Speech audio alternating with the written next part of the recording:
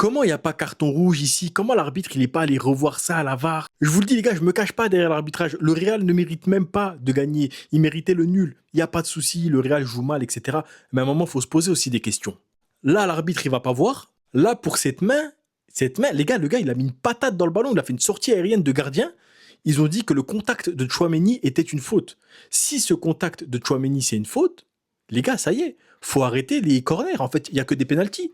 Allez voir les corners en première ligue de Arsenal, de Chelsea, et venez me dire alors les gars, en quoi ça c'est une faute? Ensuite, pareil les gars, Arda Güler qui dégage le ballon, il se fait tirer dans le pied par Mingueza, il y a contact, il lui met un coup dans le pied, il y a faute. L'arbitre, il est même pas allé voir la VAR, les gars. Mingueza, il arrive en retard, il tape dans Güler, c'est dans la surface de réparation.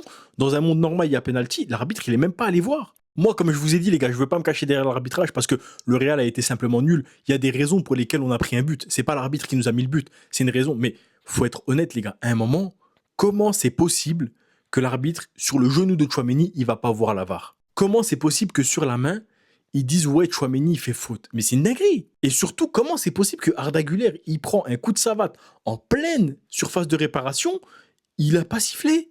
Après, on s'étonne que les joueurs ils restent par terre trois jours pour activer la VAR eux-mêmes. Les gars, c'est normal en fait. Le foot il évolue vers ce sens-là en Espagne, hein.